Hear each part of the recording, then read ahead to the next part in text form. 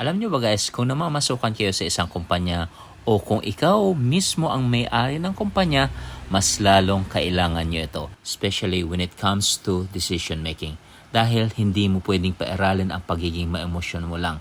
Sa sistema ngayon, kung gusto mo umangat o tumaas posisyon mo o ma-promote, kailangan marami kang abilidad na ipapakita sa loob at labas ng kumpanya.